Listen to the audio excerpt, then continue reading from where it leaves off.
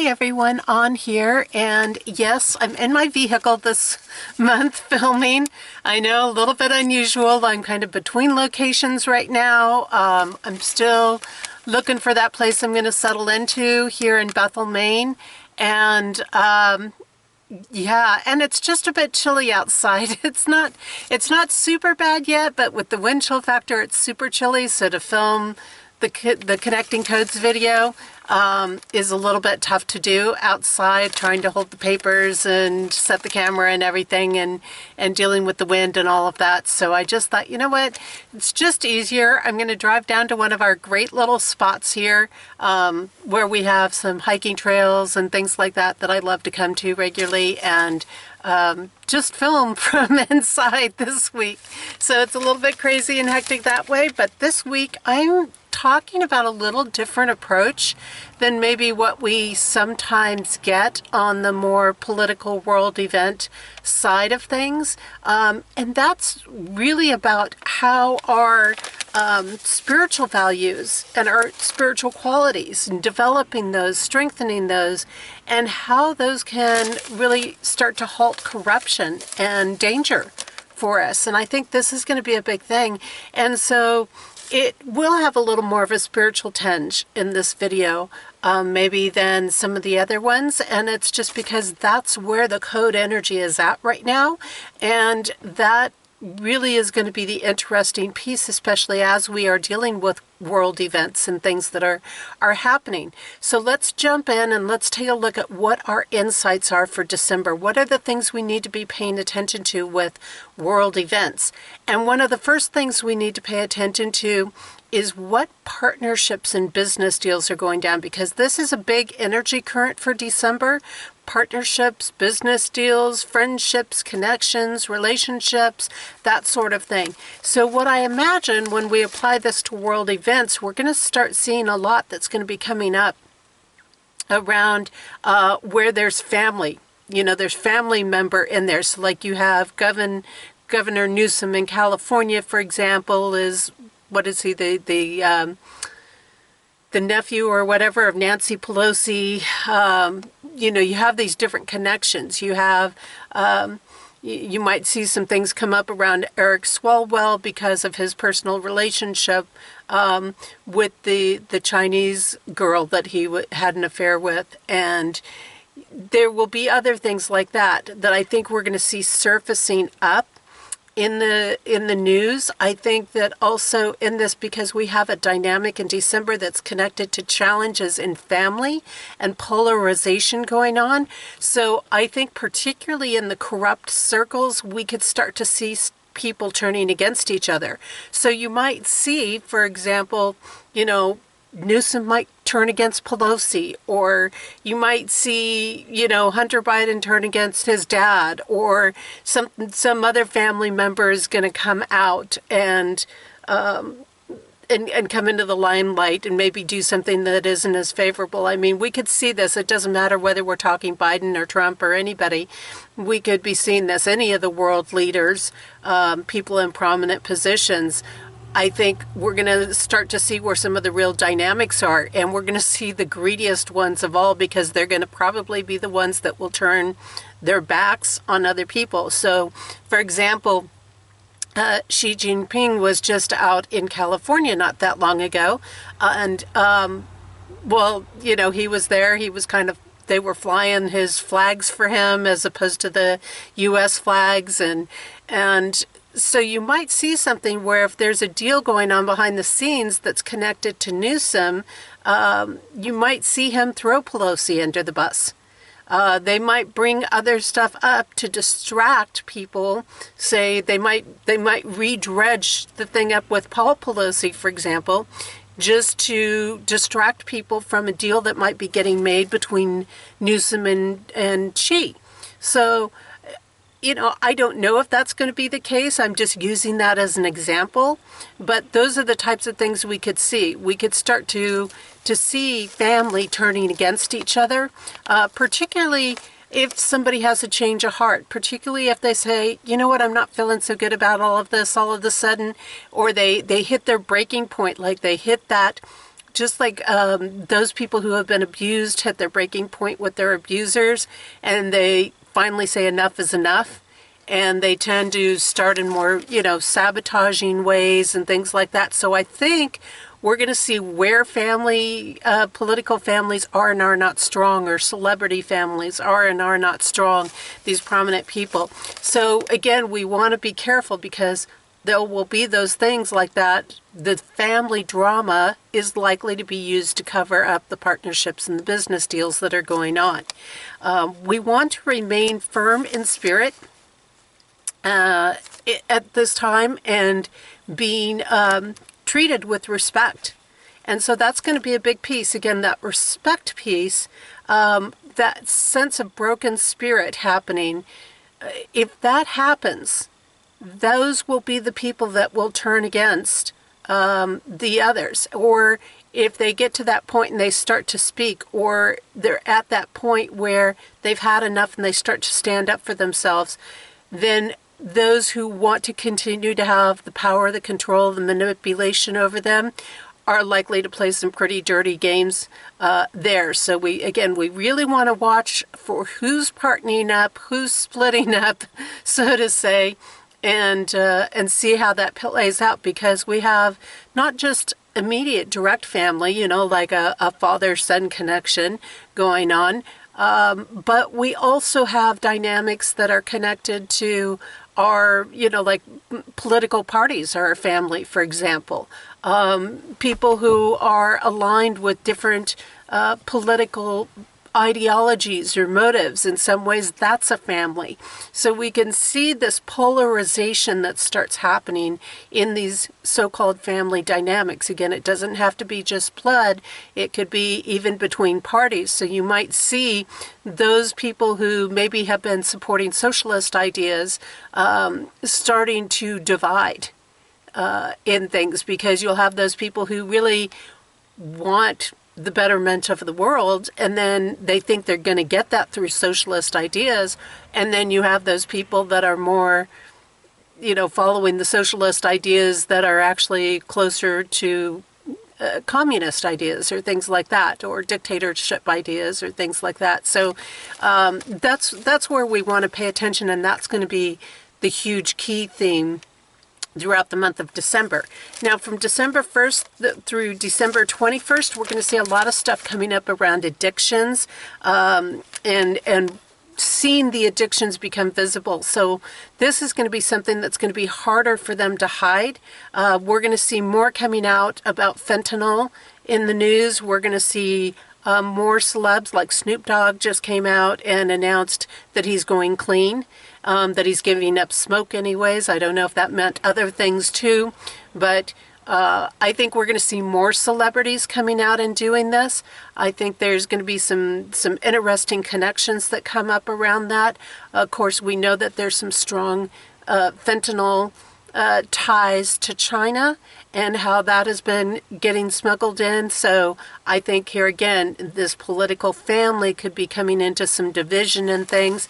We're really going to see, it's going to be harder and harder for people to ignore where people are in addictions. And I know it from traveling around. There were several places that I was, and it was just people are doing a lot of, they're leaning into a lot of the addictions instead of leaning into God, or leaning into divine presence, or the soul self, or things like that, or facing what they don't like. And they're doing this, that's really a means of escape. And this is part of why they've been legalized so much. It's not just because it's a little bit of pot, or it has this factor or that factor to it. But I think we're going to see more and more coming out about this. And as some of the celebrities shift in turn about this, we're also going to find out that there is more of an impact on things that have been touted as not having an impact. And that specifically would come down to things like marijuana, CBD, things like this. And I know there's so many opinions out there, so many people have their thoughts on that, and there's a lot of people who want to say, yeah, but this is okay, and it's this, and it doesn't do that. But there's a lot of studies also coming out showing otherwise. So I think we're going to see more of this surface for people, and we're going to start to see it. But we want to realize that it's not just been about, hey, everybody should have access to a little bit of pot if they want it.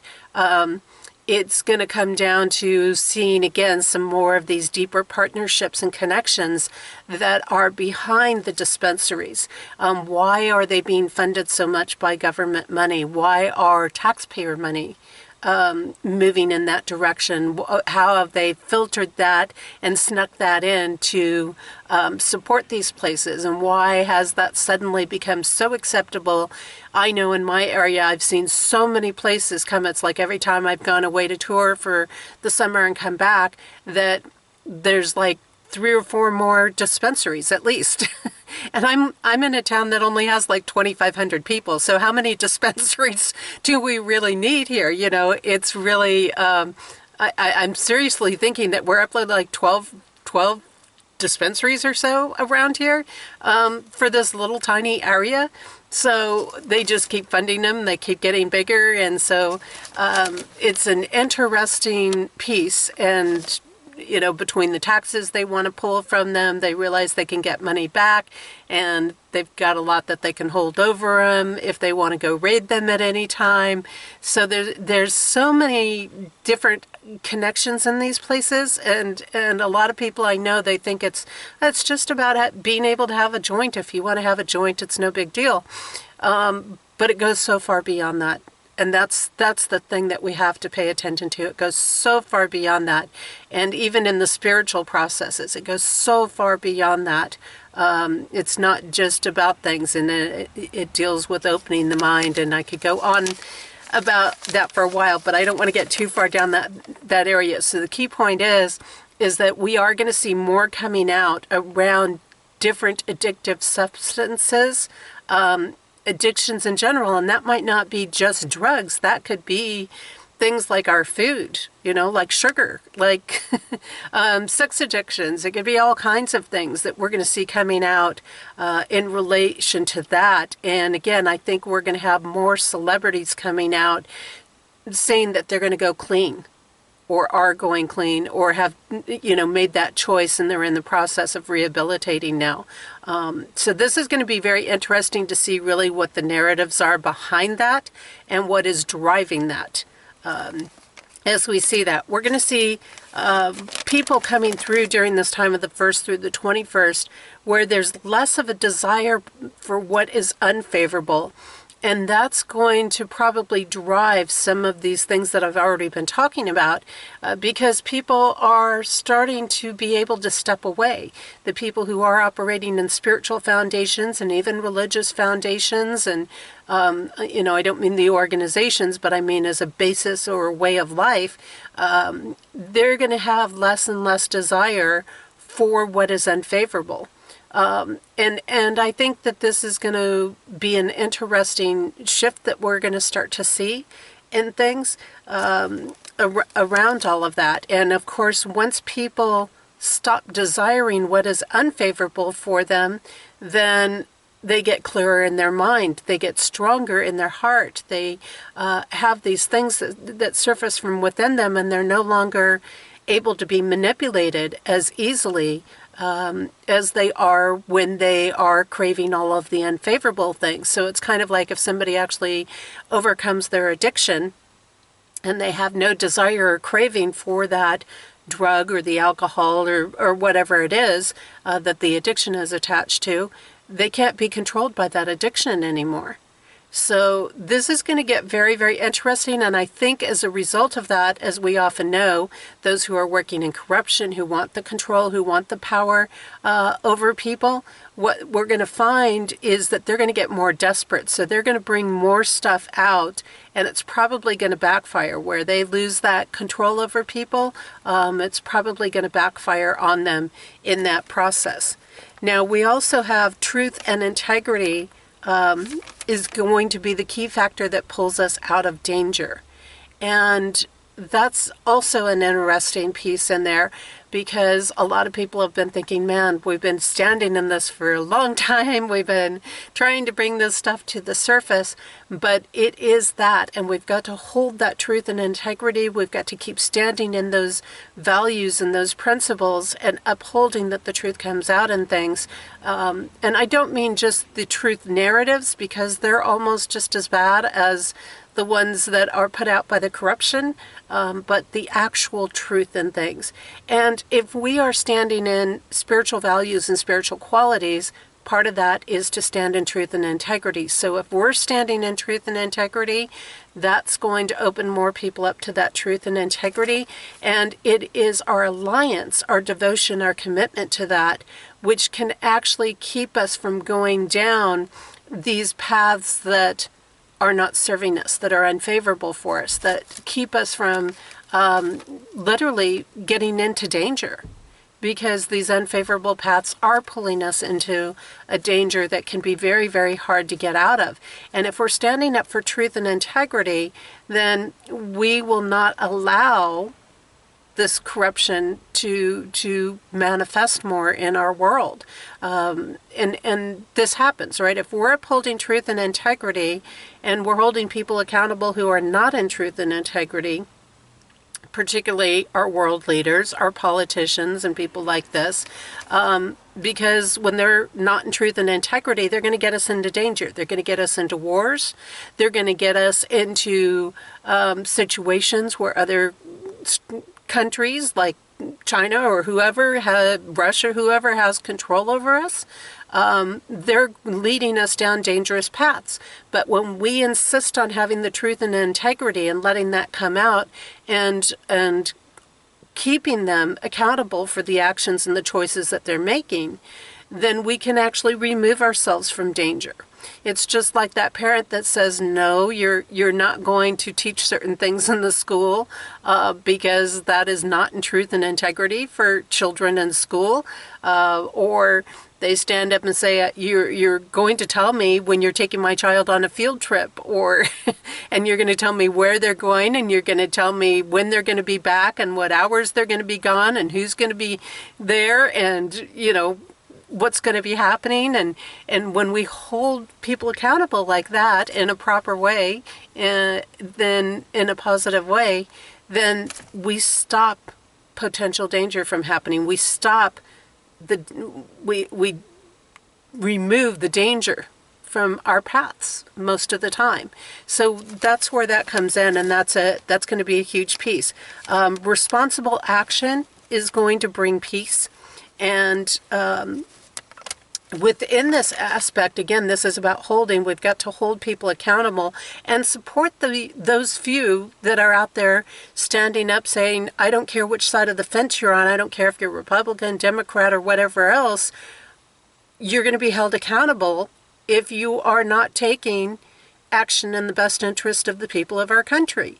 And that is a piece. So this responsible action, this acting in responsibility, meeting responsibilities and obligations, is going to be what brings up peace for us. So we've got to be willing to stand in that. We've got to be willing to hold other people in that space as well.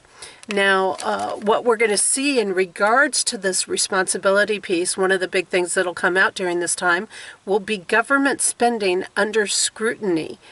So what we're going to do is we're going to see more evaluations or results coming out where they've been taking a look at how taxpayer dollars have been getting spent and what it's been getting spent on. So I think they're going to be looking even deeper into that. I think we're going to start seeing some of the results of that coming out. And I think we're going to find that there's been a lot of the taxpayer dollars have been getting spent on things that they shouldn't be getting spent on. And that's because they've been there's been little hidden things passed in the midst of some huge packet along the way. That's going to be part of it. So we're going to start to see this accountability saying, oh, no, we are not funding wars in other countries. Oh, we're going to start to see these pieces come up along the way. And so that's going to come under a stronger microscope, as they say, where our funds have been going and where our resources are going and how government has been spending money and what they've been spending it under. And so I think we're going to see some little bit of chaos maybe kick up around that. We're also going to see in this aspect of responsibility, exposure of being unresponsible shown from misappropriated funds. So this is going to go in. So when we think about this in America, who's our key financial person? It's Janet Yellen. She's one of the key people that's like the treasurer. She oversees the finances for us. And so I think a lot of her choices, a lot of her decisions may come under scrutiny. They'll probably bring her up in the news. We're going to be seeing things probably from the Senate and the House and things like that, where they're going to come under scrutiny. Why did you approve this? So I think we're going to see a lot of people kind of being brought up to where they're going to have to start answering why these resources went to different places. I think also during the 1st through the 21st of December, we're going to see more protests coming up. And those protests are going to be over what is unjust and unfair. Now, we've already been seeing this in Spain. Of course, Spain has kicked up here in the month of November, and I think we're going to see Spain's continue to grow during this time, but we're also going to see it in other places. So where people start to say, look, we are done with this corrupt government. We are done with installed people being put into office as opposed to elected people. We are done with you doing things in these unjust and these unfair ways, and we're tired of it. And so we're going to see the protests probably rising pretty strong during those first 3 weeks of the month. Now, from the 22nd on through the end of the month, so really that last week and a half, the last week to week and a half there, we're going to see another dynamic that comes in. So what the corruption is going to be looking to do is they're going to be looking to put what they feel is the most charismatic people out there. And these are usually the ones that look a little younger. They're very clean cut. They're they have a very clean look to them. They speak with certain tonations in their voice to sound more appealing. And a lot of people say, ooh, a lot of these people, they think, I have a lot of people that say, ooh, I don't find them charismatic. I don't find them that way. No, but in the general dynamics of what people respond to, and they do these studies about them of what people find is the sexiest, what they find is the most physically appealing in a person, and that's what they focus on, and those are some of the qualities that tend to come up. So it's not just about whether you personally do it or not, it's what's been stated as a mass appeal sort of look. And so we're going to see some of, I think, these younger leaders showing up at that last week in the month. They're going to be used to put pressure on people. So they want people distracted from a physical or chemistry type of aspect going on in order to pressure people and get them to do things that they wouldn't ordinarily do, and to pressure them into following the agendas that are in there. We're going to see this aspect, and this is that type of thing of coming through, and it's almost like when you see some of the kids for Shriners or St. Joseph's or things like that, and it's like, you're so distracted by the so-called cute kid or the disabled kid that you never even look into what that is all about. You just say, oh, here, let me donate some money and give to it. And we have to be careful of that, because that's that same type of energy where they're going to come through, and it's almost like a sweet talking. It's almost like, I'm going to tell you what you want to hear. I'm not going to do that, but I'm going to tell you that. And get you to come on board. Kind of like, well, it's kind of like they did in 2020, where they were coming through saying, oh, well, you don't want to be responsible for grandma dying or grandpa dying or things like this. And so if you really care, just do this. And it's a very tricky thing. And then once they have you, that's it. They go back to being nasty. They go back to disappearing. Once they've used these people, they'll be pulled right out of the limelight again. Also, in that last week of the month, what we want to look for is strong and positive leadership is going to be favored during this time. So that is going to be really interesting to see who steps up and is in that position of strong and positive leadership. And they will be the ones that will be able to lead people out of corruption. So here again, if we've got these two dynamics going on, the corruption is losing its power because you've got these strong positive leaders that are coming forward and taking action in responsible ways. And then you're going to have the sex appeal that's going to be the counterplay, so to say, to that, to try to sway people back into the agendas. So it's going to be a little interesting dynamic in there. Now, as far as actions to take during this month of December, we really want to focus on freeing ourselves from restrictive and confining situations. We really want to look at what allows freedom to strengthen in the world. And this isn't just about, it's not just about you have to go and set a bunch of people free, or you have to go and speak at a meeting or things. This even starts in your own personal life. Look at your own personal life where you're living in restrictive situations, whether it's work, whether it's relationships, whether it's family, whether it's whatever it is, and start to look and say, how do I give myself freedom in this? How can I allow myself to be me? How can I start to open up this energy where I can honor what I need to be doing, as well as meeting my responsibilities and things? So this is going to be an important thing. And so look at where you're living in that manner. Now, that doesn't mean you become reckless. Like if you don't have a lot of resources, like I don't have a lot of resources. So if you're living in a tight budget, you don't, go out and rent a place for $3,000 a month or something like that, because that's not in your budget, and that's not getting yourself out of restrictions. That's putting yourself in more restrictions when you do things like that. So really taking a look at that dynamic. So look at where you're living, in these heavy restrictions. And usually that's about trying to please other people or trying to keep a certain status or things like that in particular. And that, of course, is going to come to the limelight of people, again, in the world as they start to do things. And again, we'll see, some other things of people who are going to try to push the status card of saying, well, everybody else is doing it. You've got to do it too.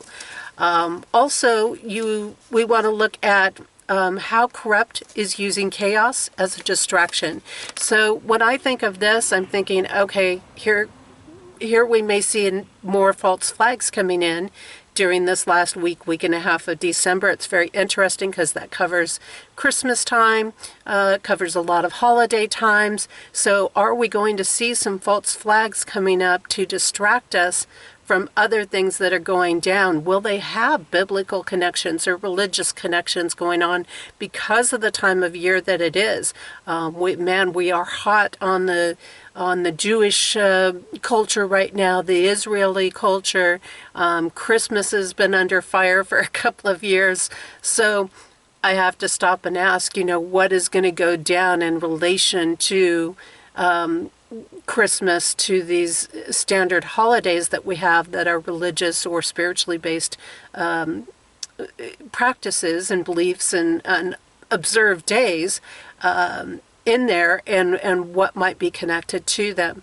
But we're going to have to be very, very careful. So, my philosophy now is when we see a big distraction come up, like recently here in Maine, where I live, of course, we made, big news all over the place because of the shootings, that was happening only like a month ago. And so looking at some of those, well, maybe a month and a half ago, early November is when it happened. And looking at what are they trying to distract people from. And I did, I talked about some of the things around that and how it's like they're distracting people with the shooting to keep their eyes off of what the background stuff is, of how they're targeting, how this person that they claimed was the shooter was targeted, how they are, how they really actually do have some issues, or there's these partnerships in relation to Border Patrol and the immigrants here that are not ethical by any means. And so distracting people with the shooting, and nobody stopped to think logistically about the specific pieces in connection with that. So I think we could see more of that coming up. They're going to use this to try to remove rights. So here again, are we going to have shootings going? The shooting's been their big thing lately because they're really, really, really trying hard to get guns away from Americans. And it's not just about a gun, it's about rights. It's about freedom. And these are the pieces that become very, very important. And those are the bigger pieces that people aren't always looking at in regards to this. So we could see something come up that could be connected to hate crimes. We could see things coming up that are connected to being culturally or religiously targeted around this. And again, who do they want to make look bad in this? So look at the bigger picture and not just what they're presenting in there. Also with actions, we're going to see some things put on hold as people are too focused on spiritual qualities. And so when I say this,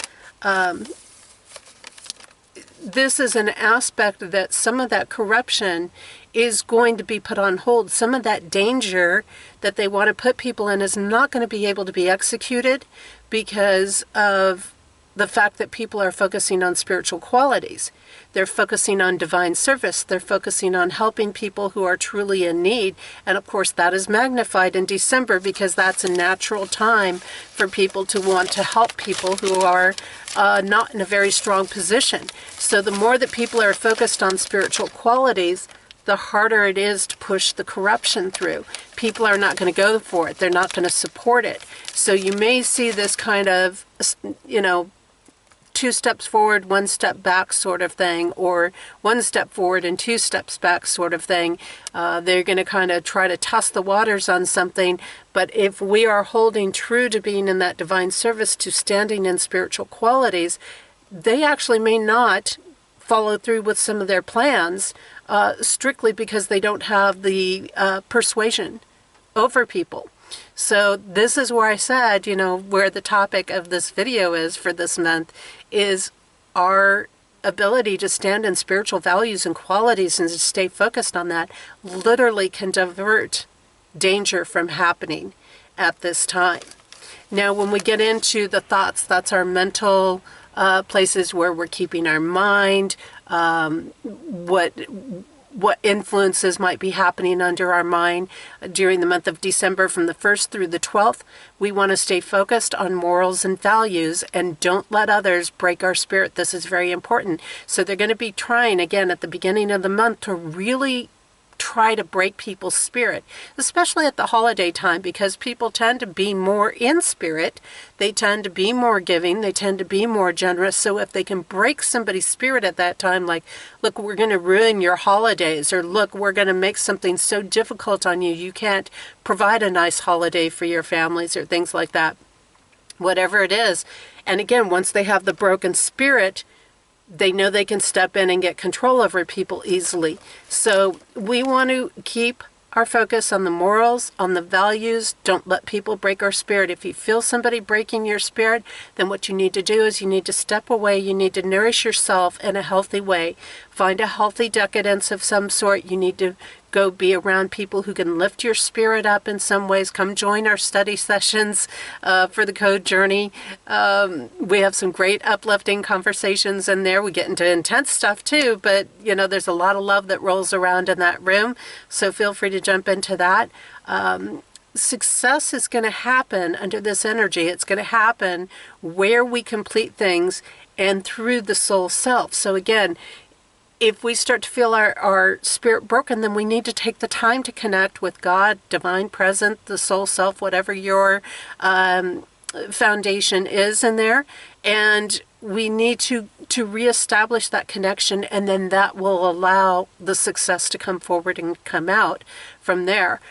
So if you notice that disconnection happening, go and make that connection in there. Don't let things that are happening in the world break your spirit.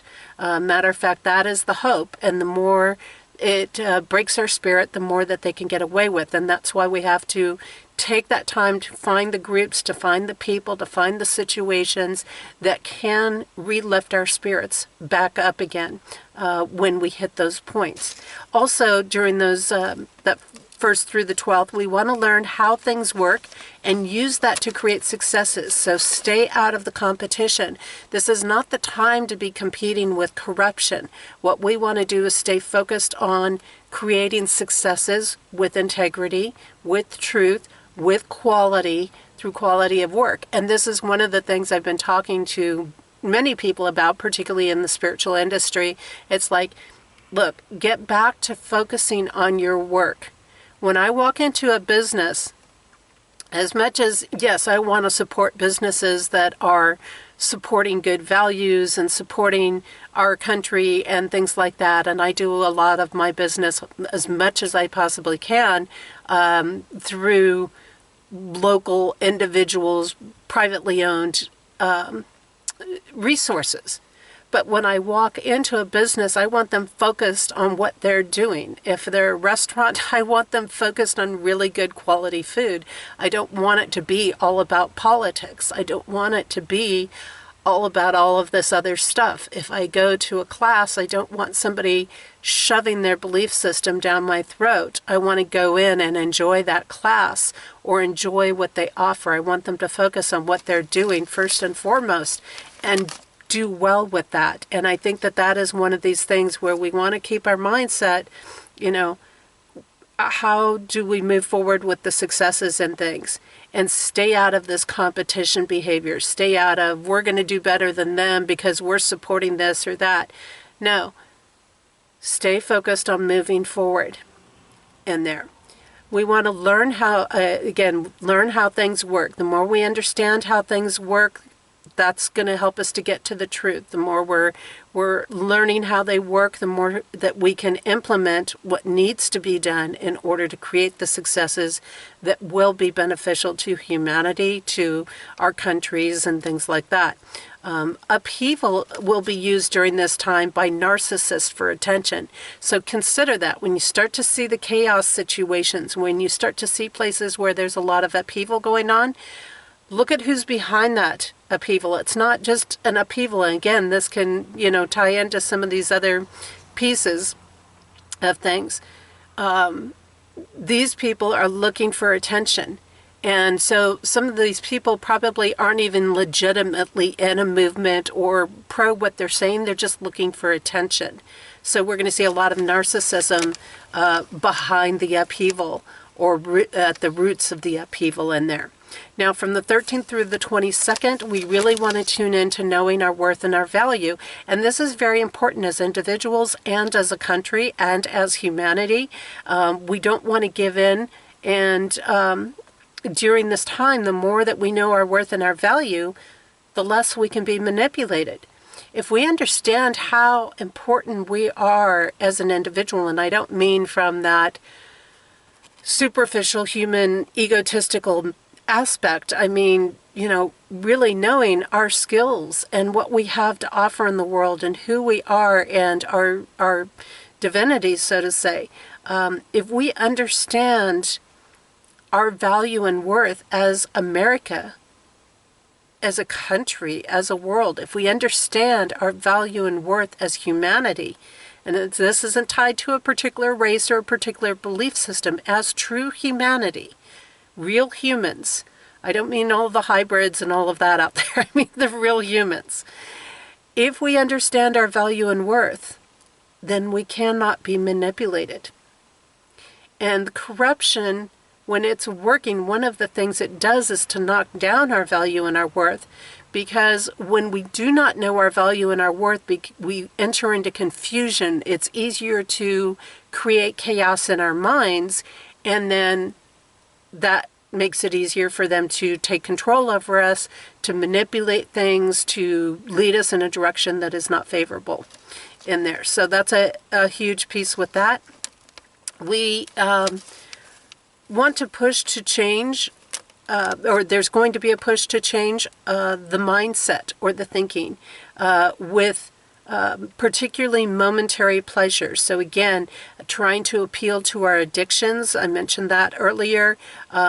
Trying to appeal through, look, you'll be seen as more, you'll get this higher rating, you'll have a higher status in the world, you'll be known under this title, you'll have more recognition. We want to be careful of that, because there's going to be this connecting to the mind in the way that's going to be appealing to our human ego that wants to be recognized. So that actually does tie in with some of the narcissistic aspects as well. And again, if we know our value and our worth, then our mind can't be changed, and it can't be distracted with these temporary pleasures or momentary pleasures. That's no different than a drug addict. When you really start to understand and you've released the addiction, and you know that life is so much more enjoyable without the addiction, because there's ways to get lasting happiness, lasting pleasure, you no longer seek the addiction in there.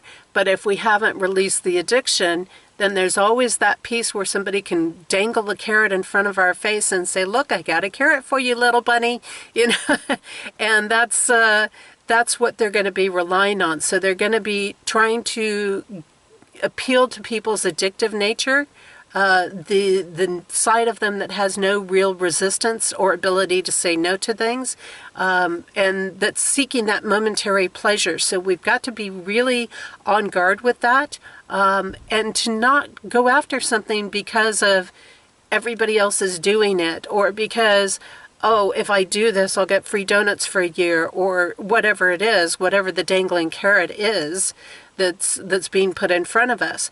And the other thing that they're going to do in the process of pushing this, because if we go into those momentary pleasures, if we go into those addictive spaces, we break our connection with divine presence and spirit. And then again, we become very easily manipulated in those spaces, and we go into deeper depressions. We go into, we take a hard fall when we start to come out of them. We go into guilt. We go into all kinds of things that then again becomes a portal for them to work through. But they're also going to be using a lot of celebrity endorsements on things. So whatever they want to push people into, whether that is a pharmaceutical drug, whether that is a certain choice, whether that is a certain ideology or whatever, you can pretty much expect that they're going to use people with a lot of status, a lot of reputation, a lot of recognition, like our celebrities, like our sports figures and people like that. And they are going to use them to push these thoughts, these thinkings, these ideologies, mindsets into our head. So again, we want to be very, very on guard with that. If we're standing in the truth and the integrity, we're not really going to have to worry about that, because we won't follow them. Now, from the 23rd through the end of the month, what's going to be happening as far as the mental warfare area, we want to focus on a clear mind. A clear mind allows us to stand up for what is right. If our mind is not clear, if it's chaotic, if it's distracted constantly, it's very hard to stand up for what's right, because we can easily be pulled down all of these rabbit holes. And again, that can be both sides. That can be the truther community, that can be the corruption areas and the people that are doing the mind manipulation pieces. Also, peace and justice become served when provocations are handled with unconditional love. Now, this is a very interesting thing, because a lot of people feel like if I'm in unconditional love, then I'm too soft. I'm not being hard enough. I'm not holding people accountable or things like that. But actually, it's very much the contrary, because when we are in unconditional love, we cannot be provoked, which means we don't go into reaction. And if we're not in reaction, we have the ability to take action in legal and ethical ways. When we are in unconditional love, we have the strength and the power to say no. It's just like a parent.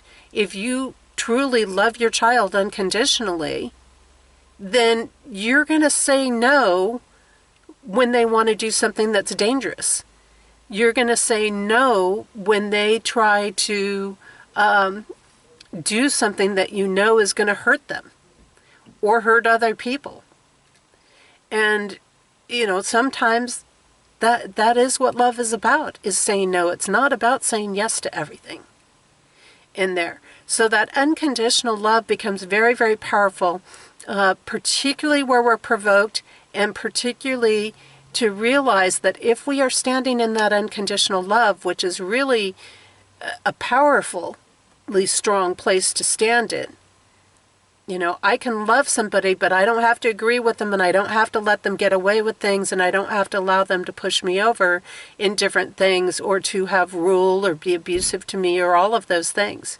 Matter of fact, if I really love them, I won't do that because I know how much it's damaging them as well as myself in that process. So when we stand in this really strong unconditional love and we are able to take action, then we actually allow the peace and the justice to be served. If we go into the provocation, if we allow them to provoke us into reaction, then we will create more turbulence and we will feed the chaos and things.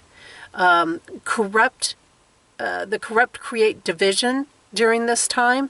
So it's very, very important, in this last week, again, that goes with the false flags that come up during that time. And the false flags may very well be used to create division in things and to call for violence during this time. So here again, we're going to have to be on guard because this is happening right at Christmas Eve, Christmas time. And it's always a guessing game because sometimes they just won't do something at that time. But then there's plenty of times that, that may be exactly when they want to choose it because that's a powerful way of breaking people's spirit, is to have something happen at that time. So we have to be very careful where we're being called to take these really strong sides on things, where we're being divided among each other, and where we are,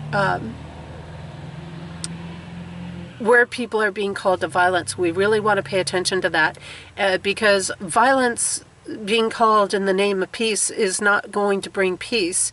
It is about violence. And that's an interesting thing for us to keep in mind. There's an absence of love, and they're going to be using a lot of hypocrisy.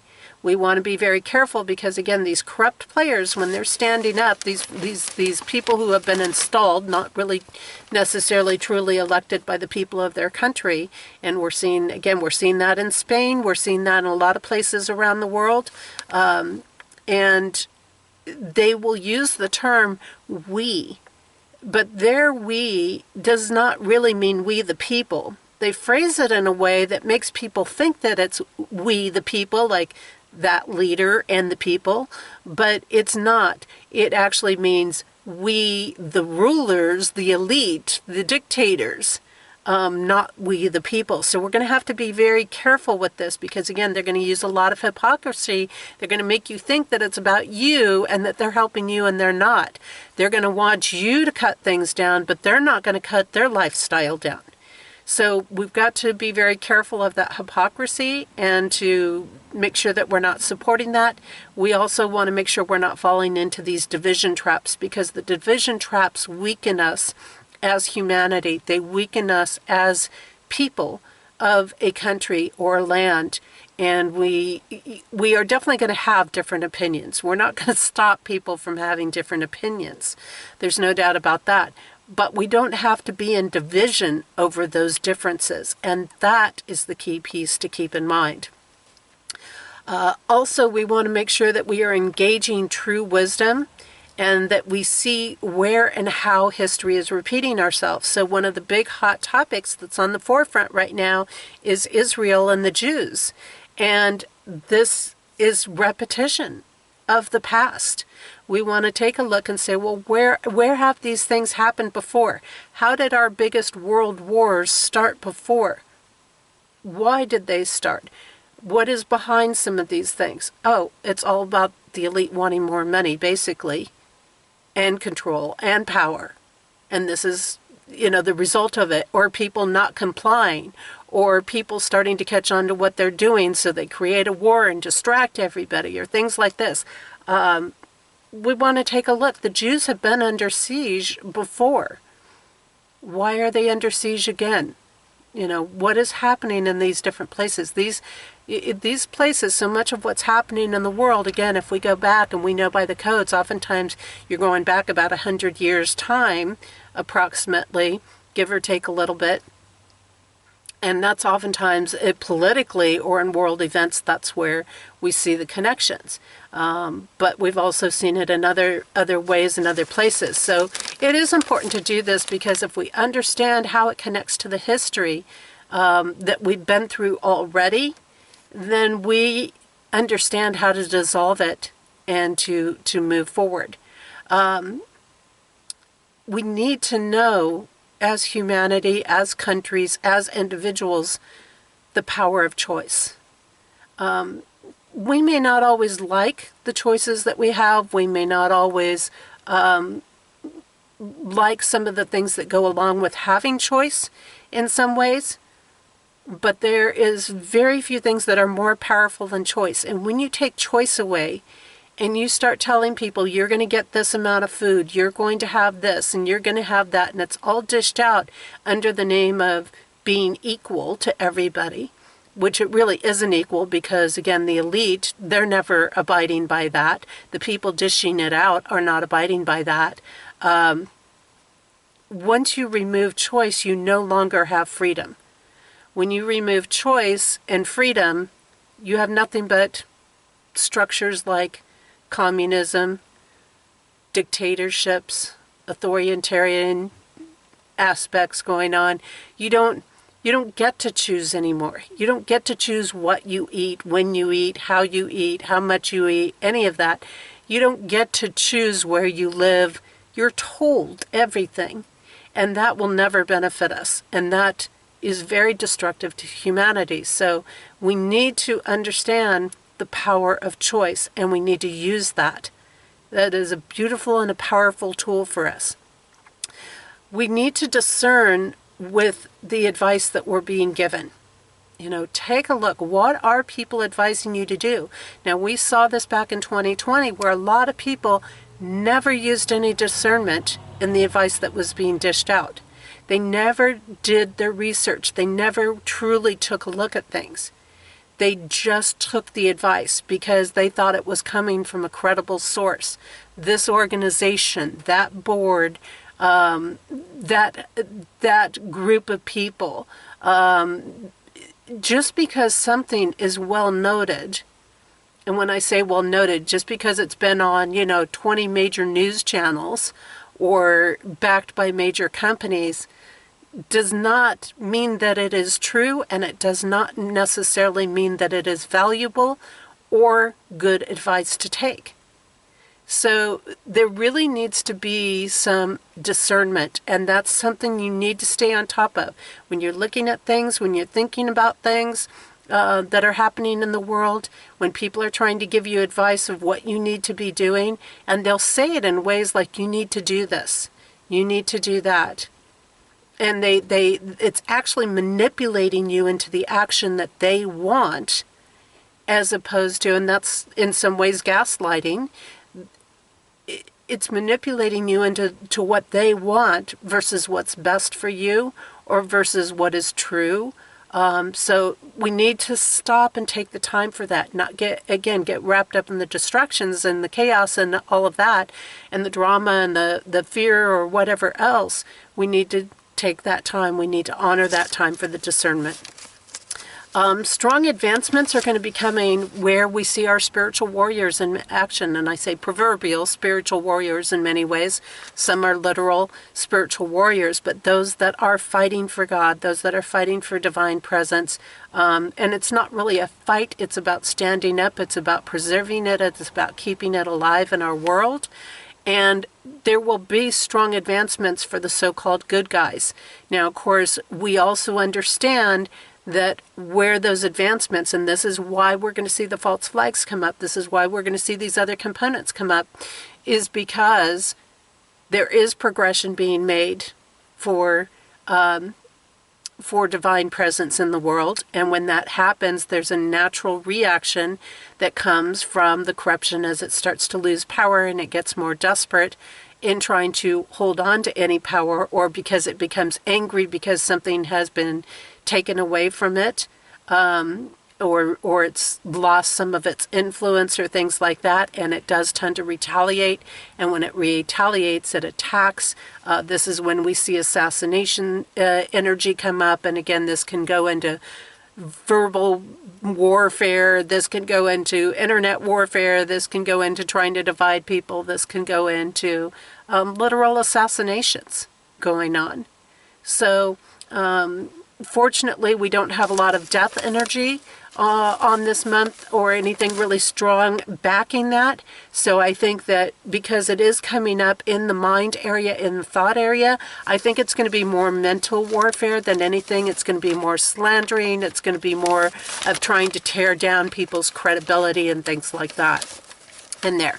Now, moving on to the soul self energy and how that plays in with our world events, because again, the nature of our soul, where we keep our soul energy, has a lot to do with how we can deal with our world events.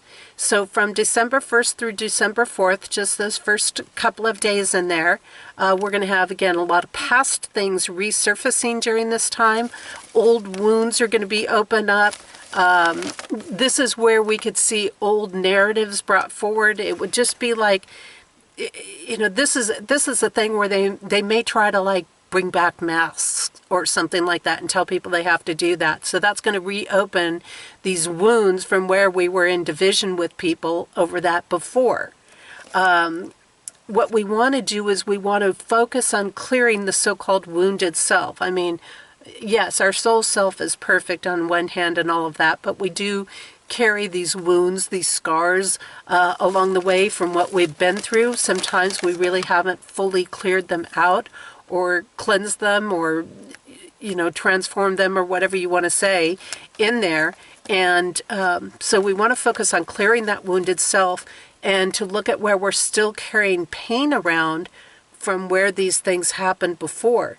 And again, you hear about this ancestrally in cultures, where certain Native Americans still carry pain around from battles that they've been in. The Jews carry the pain around in their genetics from the times of the Hitler and Germans and, that those attacks on there. And not, I don't mean the German people or just the culture in general, but I mean the things that happened in connection with that. So we carry these different wounds around, oftentimes not even realizing it. And what we're going to find and what we want to do is if we focus on healing that pain, if we focus on addressing the pain, facing the pain through the soul self, then we can actually start to create some openings. We may also find, as things come around, that people are not standing in the position they were maybe 3 or 4 years ago when they came up. So let's say they did try to reinstate certain mandates or masks or things like that. Some of the people that may have been on the opposite side of you on that stance in the past may be on the same side of you as now. And they may ask to come back into your life during this time. So we really want to stay open. We want to find out where people are at. We want to give people the, an opportunity if they've truly changed if they've come to a point where they realize, look, I didn't see what was going on before, and now I can see more of what's happening, and I don't want this division between us. I don't want us to be in battle over these things.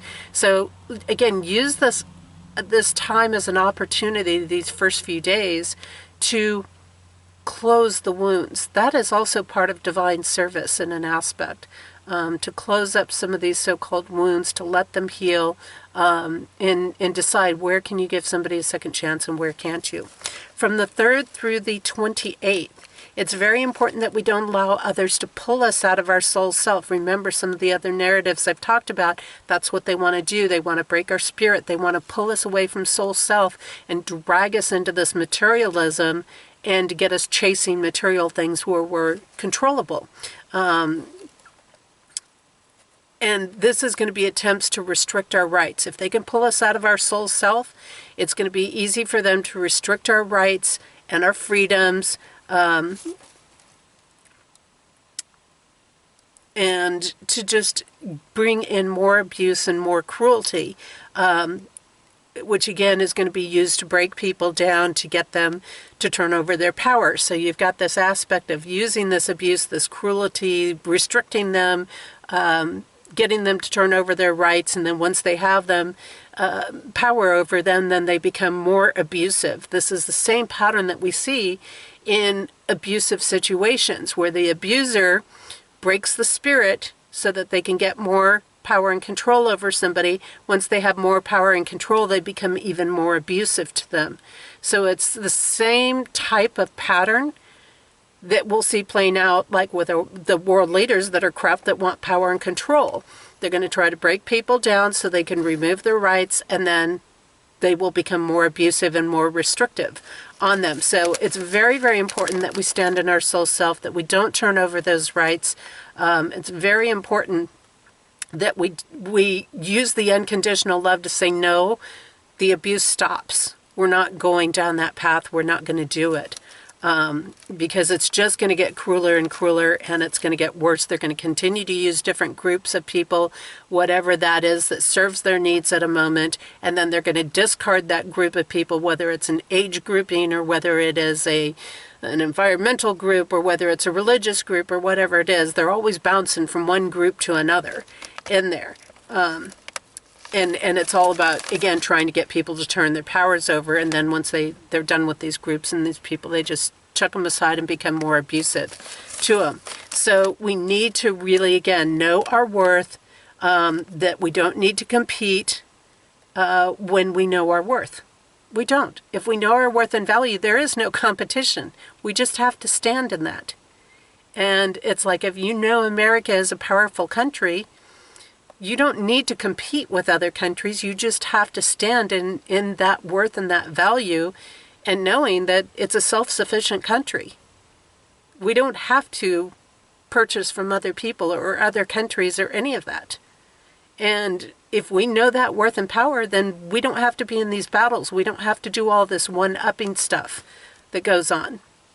We want to focus on doing things with quality and integrity, and this automatically frees us from corruption. So again, if we stop the competition, we stop worrying about just meeting metrics or just doing things, and say, how can I produce quality work, and how can I do it with integrity? How can I do what needs to be done with integrity?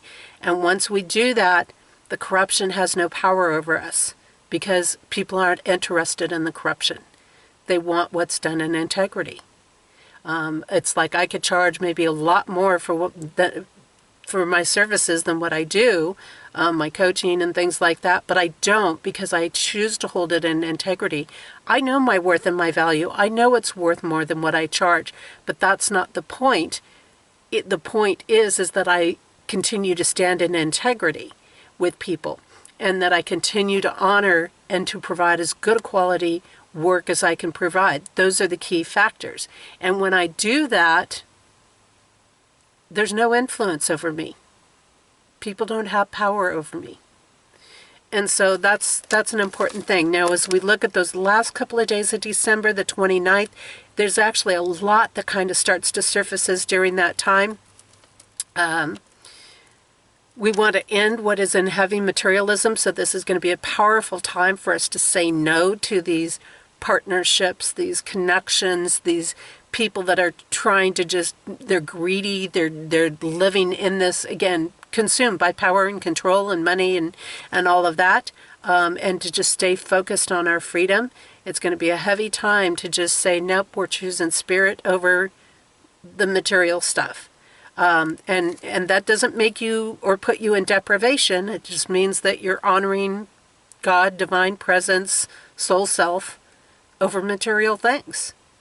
We want to focus on things of real value. This is, again, very important. Look at what's truly important. Not that immediate pleasure, not that addiction, but what's truly of value. That's our relationships, that's our connections, that's the people we love, that's the experiences that we're having in the world. People start to see how they have been sacrificed during this time, and things of value for things of no value. So they've been sacrificing. People start to become aware, look, I'm sacrificing these things that are really important in my life, like my family time, or these conversations that are important, or spending time with a best friend, or having time with my spouse or kids or whatever it is. And I've been sacrificing that for things that don't really mean anything, for a few extra bucks, for excessive luxuries that I think are going to give me more status in the world, but that doesn't even mean anything in the real scope of things. That status, keeping up with people that are playing these games, that's actually has no value at all in there. We're going to see more peace emerging where we face difficulties and, again, act responsibly. So again, our responsible actions are creating peace right now. And that's important. So we have a lot of influence here in these last couple of days. We want to face the difficulties, close the year out by facing these things and letting them come to completion and giving yourself a clean slate to move forward on. We want to live and interact with unconditional love. So again, this is a huge piece, this unconditional love piece. It counteracts our narratives that are working against us. If we stand in unconditional love, the narratives fall apart. And again, this is not a weak spot. This is not giving people whatever they want. This is standing in true unconditional love, which means when the truth needs to be said, you say it.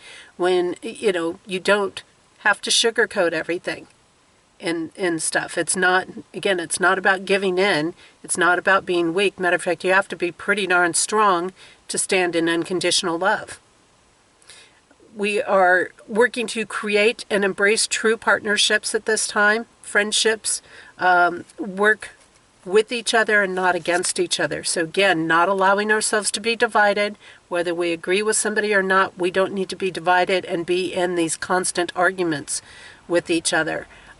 We want to focus on some of those relationships that are working from unconditional love, that are truly supporting us. They are working with us. They're not doing things for us, but they are supporting us to have our successes. We want to embrace those that are in that space with us. And again, drop the divisions. Say, how can I interact with people without having to be in this constant battle with them? Be unwilling to live in deprivation and unfulfillment and do things to support divine abundance in our world. And we want use what tries to break our spirit to create successes and become unbreakable. And I think that's the thing. There are always going to be things coming in trying to break our spirits, trying to divide us, trying to conquer us, trying to separate us from each other, trying to get us in fights and battles with each other and all of these things. And there's this concept that if we don't agree to the narratives in the world, that we will be in deprivation, or if we follow a spiritual path, that we will be in deprivation and unfulfilled, which is absolutely not true. Matter of fact, some of the greatest fulfillment you will ever find in your life is on supporting divine abundance in the world. That is where a lot of people connect with their value and their worth in many ways. So if we can support this divine abundance, which means that we don't give people a free ride, but we do help people that are truly in need. We realize that we have enough for ourselves, and we almost always have a little bit extra to share. It's not too often that we don't have something extra to share, and we can always create exchanges. Look, I'm happy to give you this if you will, provide me with this or give me a helping hand on that. And that raises the value and the worth of people. So again, if we think about becoming unbreakable, and part of being unbreakable is to face these things that are working against us. It's to face the open wounds or the forgotten wounds or the difficulties. That is part of operating in unconditional love to yourself, to humanity, and to the collective. So all of these things come around, and we can create the success, and we can become unbreakable individually and as a collective in there. And I think that that's the thing. We don't need to live in this deprivation or this unfulfillment. And so many of the socialist structures and these other aspects which are being pushed in the world through our world leaders are trying to push us into that deprivation, and we don't need to live there. We need to say no. We need to say, you know what, I love you. I love you because you're another soul in this world. I love you because I can see the pain. I know the pain that they're experiencing, because they wouldn't be hurting people if they weren't in pain. And I understand these different components, so, I'm not going to live in those spaces. I'm not going to follow these narratives, because we're not meant to be equal, but we are meant to work in service to one another. We are meant to stop some of the suffering, but that doesn't mean we can't stop suffering by putting everybody in deprivation. So with this, I hope you all have a beautiful holiday season. I hope that you work your way through December and realize that even if we don't have as many things bubbling to the surface or as visible, yes, there are going to be some to deal with, but it is standing in unconditional love. It is holding your heart open. It is standing in spirit, standing in alignment with God, with continuing to support divine presence in the world, that we are going to get through the things that are happening in the world, and that we will not waste our time arguing and fighting with each other and being in division, but that we will use our differences and our ability to come and to honor what is important. And when we get down to the core, what is important is actually something that's shared by just about everybody in humanity. And that's something to consider. So with that, I will see you all next month. Take care, everybody, and I will see you. Well, I'll be recording before the end of the year. I was about ready to say I'll see you in the next year. But I will soon bring to you what is up for the next year. Take care.